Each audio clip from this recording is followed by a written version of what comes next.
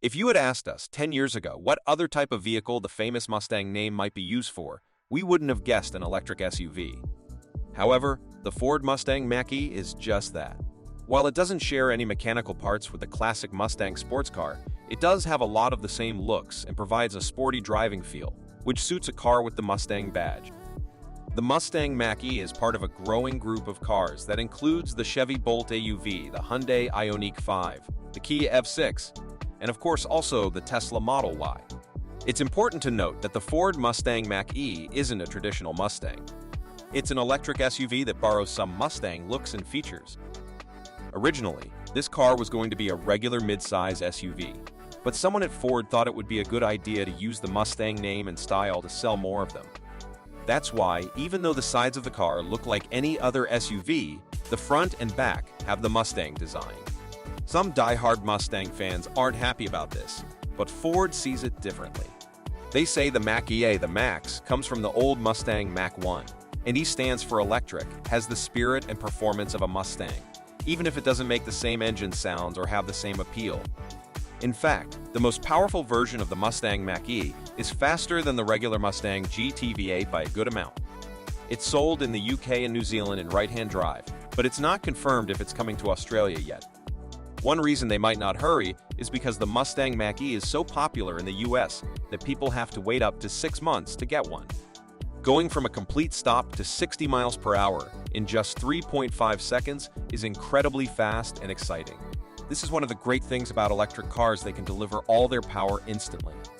The GT Performance Edition achieves this quick time thanks to its strong 634 pound-foot of torque.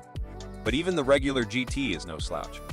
It's just a little slower, only 34 pound-foot less torque, and takes 0.3 seconds longer to reach 60 miles per hour. The slowest Mustang Mach-E electric SUV is the premium with rear-wheel drive and an extended range battery. It takes 6.1 seconds to reach 60 miles per hour, which is still pretty good, and it fits the more luxurious style of the premium trim. The battery is under the floor, which makes the Mach-E have a higher ride but keeps it stable with a low center of gravity. It feels comfortable to drive. The GT Performance Edition has an adaptive suspension for sporty driving. You can choose different driving modes: Whisper for calm commutes and long highway drives, Engage for a bit of excitement, and Unbridled for full-on power. Like most electric cars, the Mustang Mach-E can do something called one-pedal driving. When you set the brake regeneration to the max, you can control the car just by using the throttle, and lifting off the throttle can even make it stop. This is handy in busy city traffic. The Ford Mustang Mach-E is bigger than the Toyota RAV4 Hybrid, which is a popular SUV in Australia, both inside and outside. However, it's smaller than a Toyota Kluger, which can seat 7 people. The trunk space in the Mach-E is quite large, but it doesn't have a spare tire. Instead, there's a kit to inflate a flat tire under the trunk floor. The back seats can be folded down to make even more space for cargo. When all the seats are up, the second row has enough room for heads, shoulders, knees, and toes under the front seats, but it's more comfortable for 4 people than 5. Like many electric cars, the Mach-E has a decent-sized front trunk. You can fit a couple of travel bags or a good amount of groceries in there. The car is packed with technology, including a huge 15.5-inch touchscreen for the infotainment system that stands up in a 10.2-inch digital display for the driver, which comes with every new Mustang Mach-E SUV.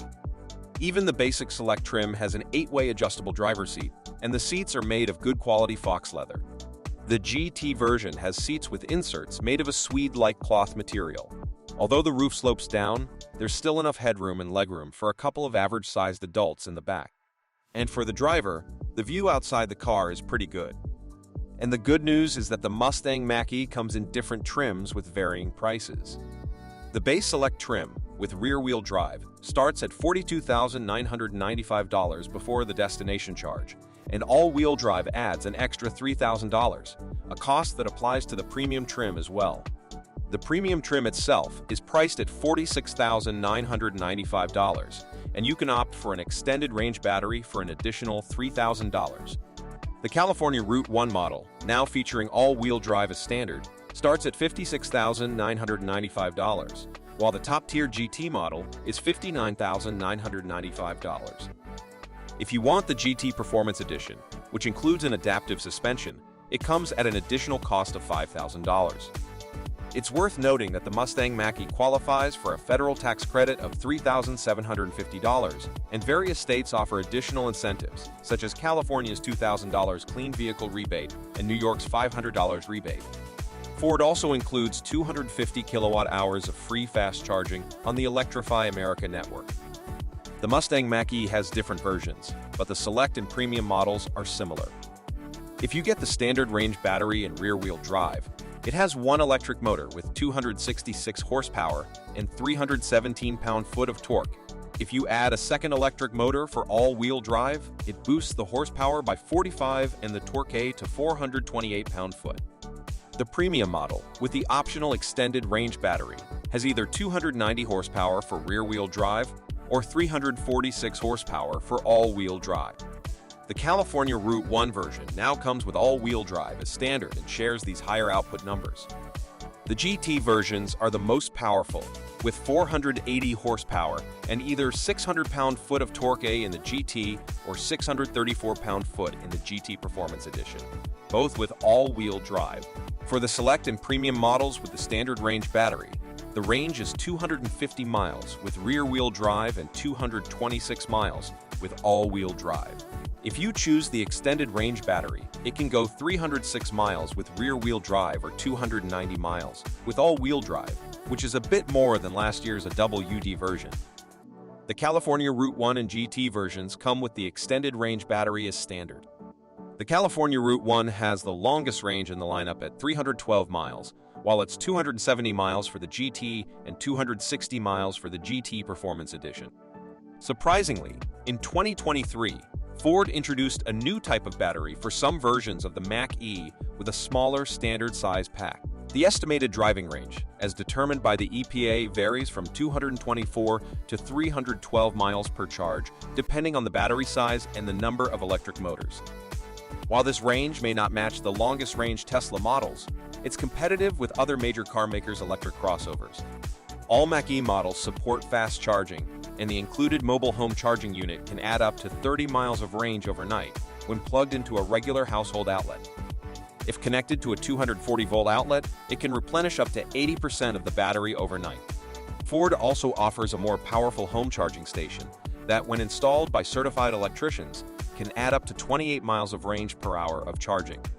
Thanks for joining us on this electrifying journey through the Mustang Mach-E.